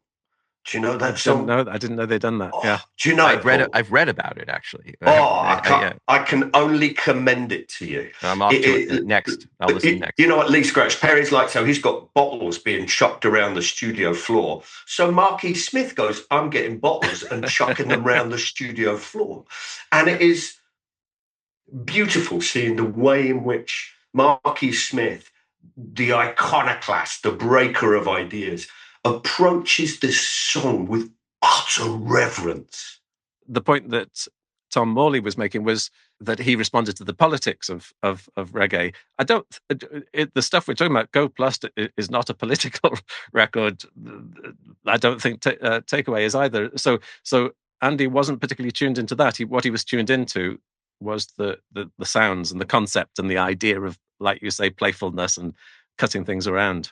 I would say that there was one political thing that struck me, is because from the cover of Go 2, you got a sense that they were playing around with, words like marketing and the idea of, and it became a theme in Andy's work is, in Funk Papa Roll and all those songs about you're being force-fed fashion and things like that. And in, the first track of Takeaway, I think it's commerciality, right? Yeah, yeah.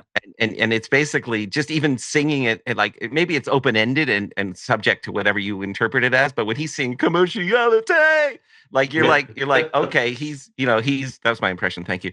Next, I would like to do Sir Ralph Richardson doing that. No, I need music for this.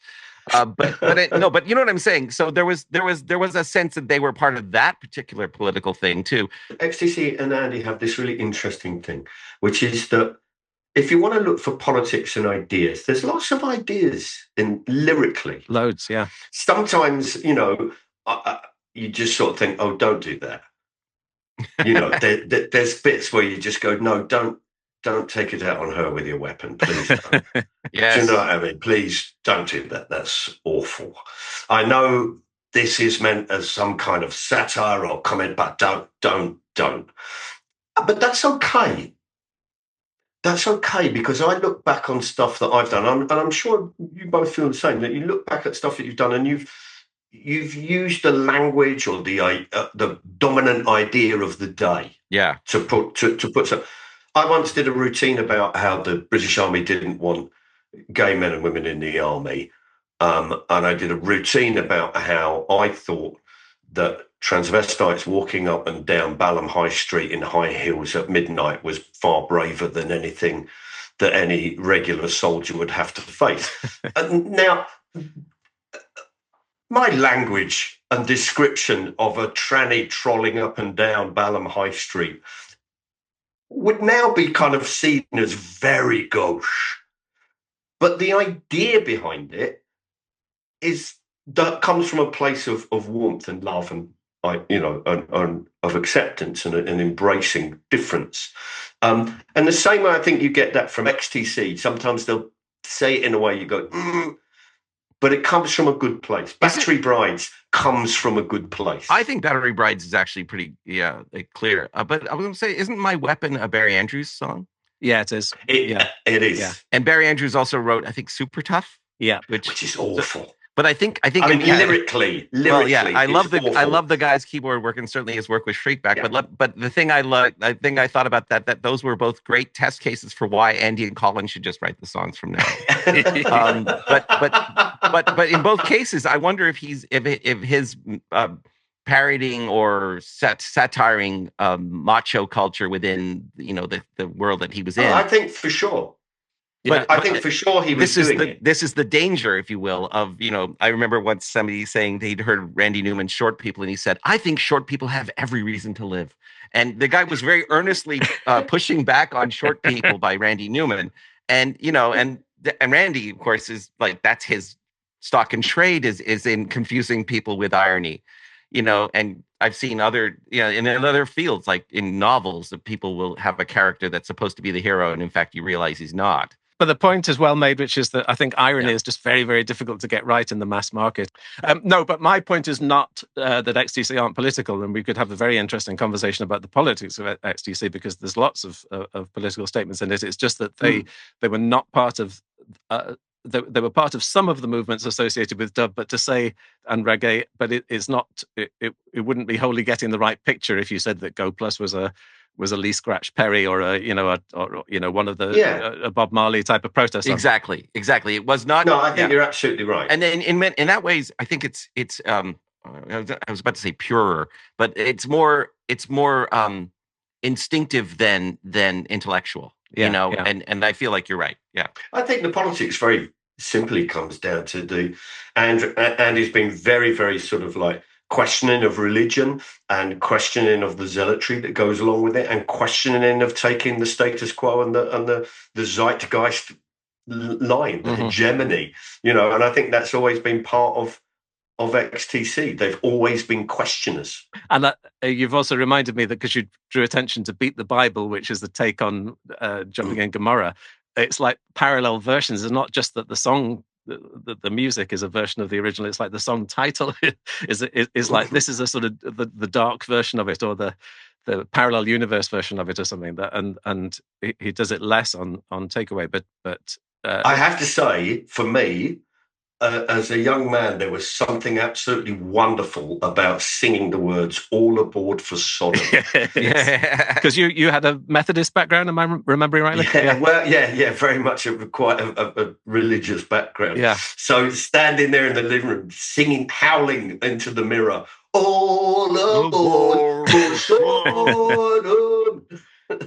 The fact that just on another level, Andy and the gang were constantly becoming more sophisticated, much like the Beatles did. As they became deeper into the studio became a playground. And there's what I call the Les Paul of it all. Like, just when you discover that you can make things in records that don't exist in nature, and you can overdub things, and you can anti-overdub things, and Homo Safari series was one of the first things that XTC did, where he was up front saying we were going to go on Top of the Pops to make, I believe this is the story.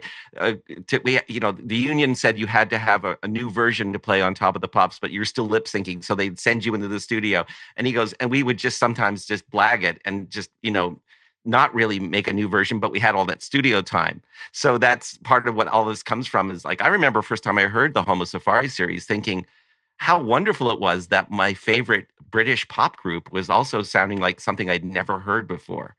Bushman President, like all those Egyptian Solution. And to this day, the Somnambulist, those tracks, they were big on my, like, as a composer myself. Like, I was like, oh, you can do that? And to me, that is the invasive or pervasive or whatever it was, the idea that they influenced so much, and just because of their natural playfulness and their access to studios, which is something perhaps a generation of bedroom bands wouldn't have. I was thinking the same thing about Go Plus and Lure of Salvage. I got into XTC with Drums and Wires, so it was Christmas 1979. And the story I always tell is that the first album I waited for was Black Sea, but actually, now I think about it, it must have been Takeaway. That was the first album I got, but because it was, this slightly odd thing that maybe I didn't have that sense of anticipation. However, thinking back, and the copy of Go 2 I got had no longer had Go Plus with it, so it was a while before I can't remember when I got Go Plus, but it was a bit later. But that, and like you say, all the Homo Safari instrumentals, it must have made me think, gosh, imagine being into a band that not only do these sort of poppy, accessible sort of things, but also do this weirdy jazz, as we've been describing, jazz dub, whatever this thing is, experimental thing. That it just shows a real depth of artistic enterprise, doesn't it? XTC fans were ready for the Dukes of Stratosphere that way, where other bands doing a Dukes of Stratosphere suddenly would have been like, what is this, you two doing their psychedelic band? But because XTC fans had been sort of shown regularly B-sides and tangents and stuff to create a whole alter ego, there's a phrase, it wasn't surprising to me. But go ahead, Mark Thomas. There were two things I was going to say on the back of this, Paul Myers. One of them was when you said, oh, it was coming from the UK to America. We've debunked that, but I wanted to put in one word: Devo. Yes. Yeah. Devo somehow felt like natural bedfellows.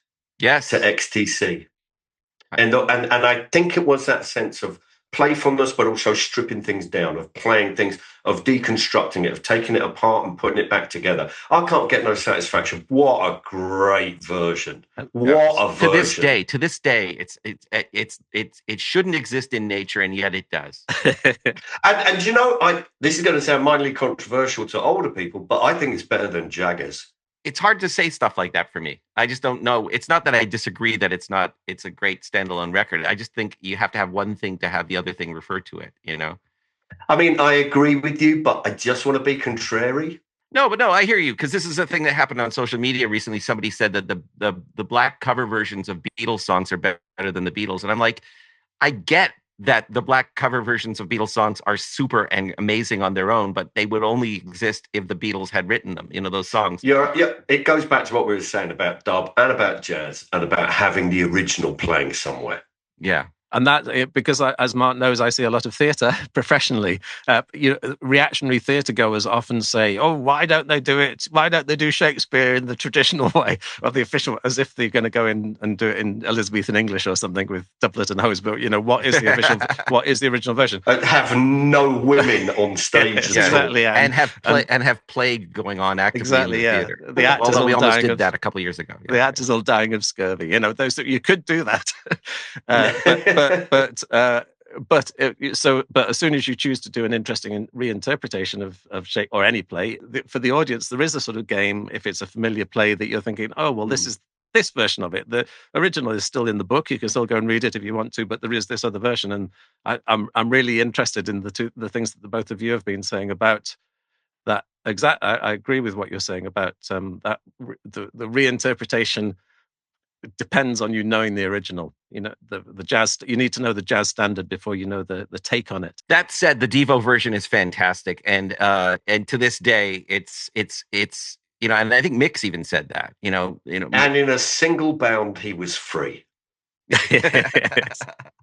But yeah, I suppose to come back to. I mean, all along the Watchtower I think is fantastic. Some people hate it, but is it better than the Hendrix version, or is it better than the Bob Dylan version? They sort of live in the same universe as them. They do live in the same universe, but there's a wonderful thing about Andy's version of it, which is his singing and the way he gasps at words. Yes, somehow encapsulates that paranoia that's in that song.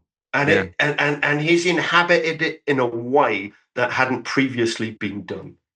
No, it's true. And sort of in Complicated Game, the use of the dub echo and the screaming, you know, a compla, you know, it's exactly the Bedfellows. Those songs are Bedfellows. Yeah.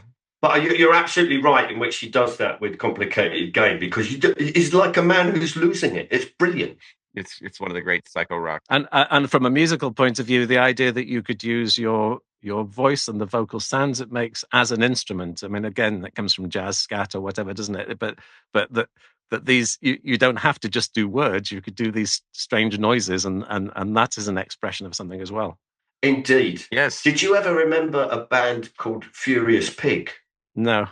Furious Pig. I remember seeing them support the Mighty Wah at a pub in Hammersmith, and there's 4 mics on stage, and the DJ just takes out the music. These guys walk up to the microphones, and one of them goes, and another one goes, and someone else goes, and someone else goes, and it lasts about 5 minutes, this soundscape. And at the end of it suddenly stops altogether. And this guy just goes, "Thank you very much. That was Lost in New York with Furious Pig." And it was this wonderful, wonderful moment. I actually met them a couple of years later, and I saw a guy wearing a Furious Pig badge.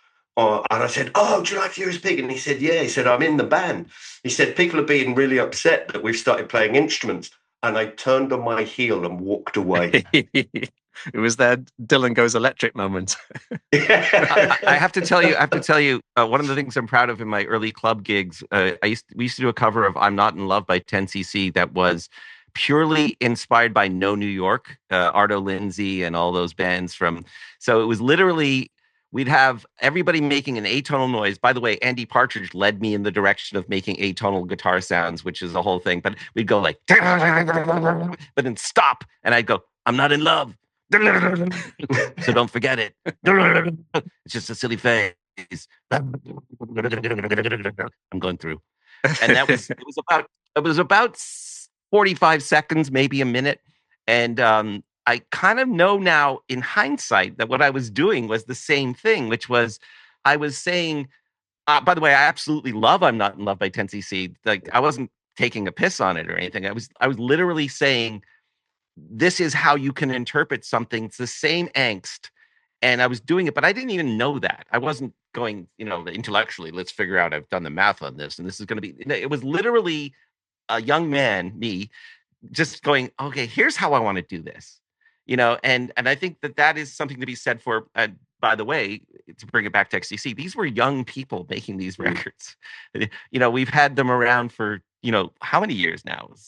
At least 50, maybe even 60 heading for 50, in some cases. Yeah. And it's fascinating to think these were, I say this about the Beatles all the time. It's like in their 20s, late 20s, they were making these records that we still deconstruct, and it's just fascinating. I think there's something to be said for having and Devo too, having the, frankly, what Americans call the balls to do it. Just do it. Did you get booed off when you did that? Were people accepting? Luckily, I had that old vaudeville sense of getting off quickly about that. Like we did it short, and then we did a song that had much more of a conventional structure to it. And I think the idea was to have people going, okay, we're back, but what the hell was that? And as long as you got them back, they can walk away and think about what the hell that was. And they might also forget it. They might just never remember it happened, which is the Men in Black part of it. We've erased their brain already. It was all a dream. The more I think about Takeaway, I think it's like and I'm veering towards Takeaway rather than Go Plus, but we could have that argument. But so there's an endless discussion among XTC fans about which album is underrated or underappreciated or whatever. But the more I think about it, the more I think Takeaway, The Lure of Salvage is the great lost underrated album that people just say, oh, that's interesting. Yeah, that's that weird experimental thing, isn't it?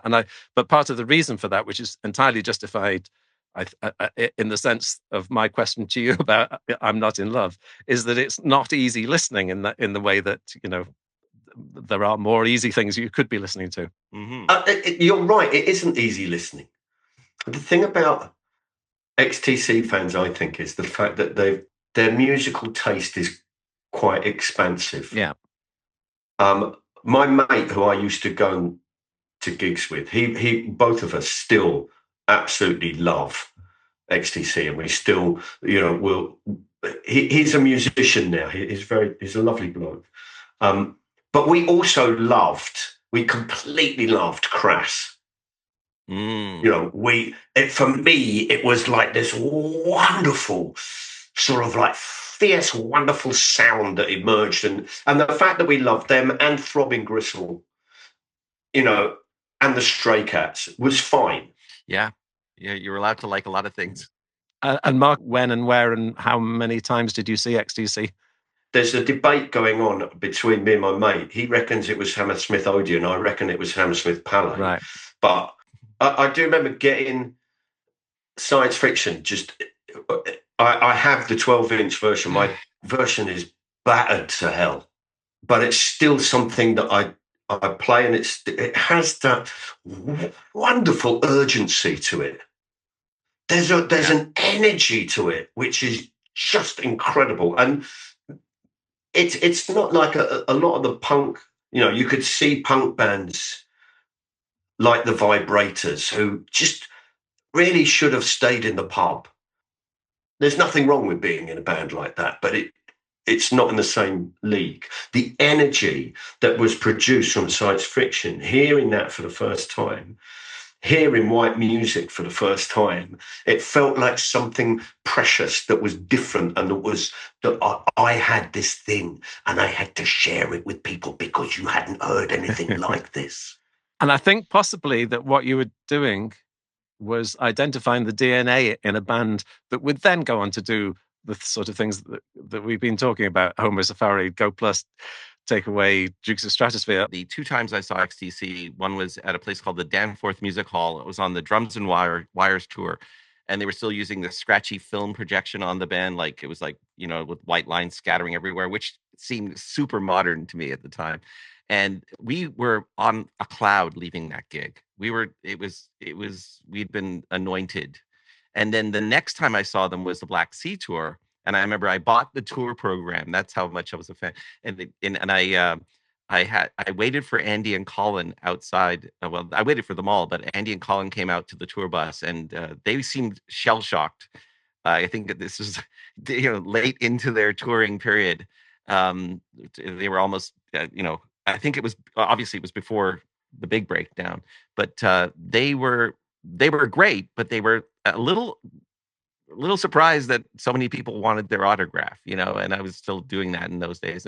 But it was such a great gig to see. I remember they did No Language in Our Lungs, and it was just to hear Dave Gregory and Andy Partridge playing those great, almost post-Zeppelin-y guitars in a weird way, like jangly open power chords. And it was just, and I remember Terry was great. Like it was just such a great gig, both, especially the second one, because they'd become so much better. And then I had tickets to see them in a place called Oshawa, which is near Toronto. And that was the one they canceled.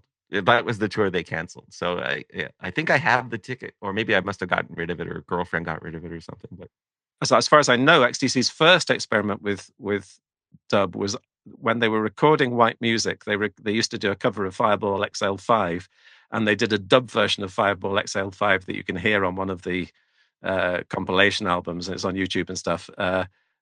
So that was the first experiment. It sounds quite similar. I suppose it's just a dub version, but it's the first foot in the wall. So you can see the progress from that to Go Plus, and then it really interestingly, I think we've mentioned the sort of breakdown they would do of All Along the Watchtower, but there is a song that they did at Hammersmith, and maybe you were even there to hear it, Mark, which is known as Cut It Out, but it's a live dub version of Scissor Man. And in the recording, which is a beautiful version. Yeah, and it's not like it's not like Scissor Man segues into it. They just do it. We're going to play this song now. But there's also, Scissor Man is a song that you went, yeah. That when you think about it, you just go, yeah, of course they would do that. Of course they would. That fits perfectly with how they would do it. I think one of the great things about listening to a band over years, or listening to a musician over years, is seeing them develop and change, and seeing them grow and refine what they're doing. If you listen, there's a Lee Scratch Perry album called Dub Revolution, where he is literally recording the television. He's recording the television, and he's singing over it, Dr. Randigo, boom, boom. And it's just like, mate, you're recording the telly. And you've taken up the channel with the telly. And he's got this whole thing, my name is Kojak, and this beauty. But it's amazing. And then you listen to stuff as it develops, as it moves forward. You listen to sort of Max Romeo and people like that being produced by Lee Scratch Perry, the genius that he brings to it. I think there's something to be said about XTC follow that route, that all of us have followed them along this beautiful little adventure, So you end up, you start off covering All Along the Watchtower, and you end up with folk music from English settlement, where you're bringing in folk guitar, and you're celebrating folk, and then you end up with, The Last Balloon, which is such a beautiful little song it's not a little song, do you know? I'm trying to it's a delicate thing. Delicate, that's the word, yeah. It's a delicate thing where you can almost fear that the idea taking off with this balloon, to throw your fears away. In retrospect, you can sort of see the logic of it, but you would never have predicted the logic of it. It's kind of indeed. Yeah. You follow you go on the adventure with them. I was going to point out that Down in the Cockpit and Living Through Another Cuba were where they baked it in. They baked it into the actual compositions at that point. By then, they were just subverting it all into the melting pot. And so there was Living Through Another Cuba, yes, I should have mentioned that. And that wasn't the which is a standout track from that album. Yeah, do you know what I mean? It really is, and you're absolutely spot on. They've pulled it into the very song itself. They're not taking the song apart; it's there. Yeah, and even Colin on Load First Sight even has on the word sight, so they're playing with the dub echoes, even if it's not the remix, it's the actual, a mix, the master mix. And in that sense, I wonder if all of these dub experiments, we didn't know that XTC were going to stop touring and become a studio band. But once they became a studio band, Andy's got his hands and experience on what it's like to muck around in the studio and make all these interesting effects. He's teaching himself without realizing the opportunities that will open up further down the line. Well, thank you very much, both Paul and Mark, for such a fantastic conversation. I've really enjoyed it. So thank you very much for joining me and for making all these fantastic connections. Thank you. It was a pleasure. That's an absolute pleasure, and it was really enjoyable. Thank you. Thank you. What do you call that noise? So many wonderful people to thank for this episode. Kevin Chanel, Jeff Farris, Tom Morley, Mark Thomas, and Paul Myers. Great stuff, everybody. Thank you very, very much. And thank you for listening. What Do You Call That Noise? The XTC podcast is sponsored by Burning Shed, the online home for all XTC CD, vinyl, and official merchandise. It is also made possible by the delightful supporters on Patreon, who include the following Knights in Shining Karma: Terry Arnett, Kevin Burt, Lorenzo Charchi, Cale Corbett, Liam Duggan, Jamie Dunn, Alison Eels, Jeff Farris, Mike Grafe, Robert Graham, Camille Henry, Stephen Hope, Alan Hughes, Rick James, Peter Kitchen, Marek Kraus, Jesper Kumberg, Robert Lawlaw, Adrian Loon, Liz Lynch, Murray Meikle, Yusef Murrah, Amy Parkinson, Tim Parsons, Gail Ramage, Mark Reed, James Reimer, Jamie Rostamura, Michael Sutcliffe, Steve Swift, Mark Thomas, John Wedemeyer, Lucy Vivitsky, and Martin Whitley. See you all next time.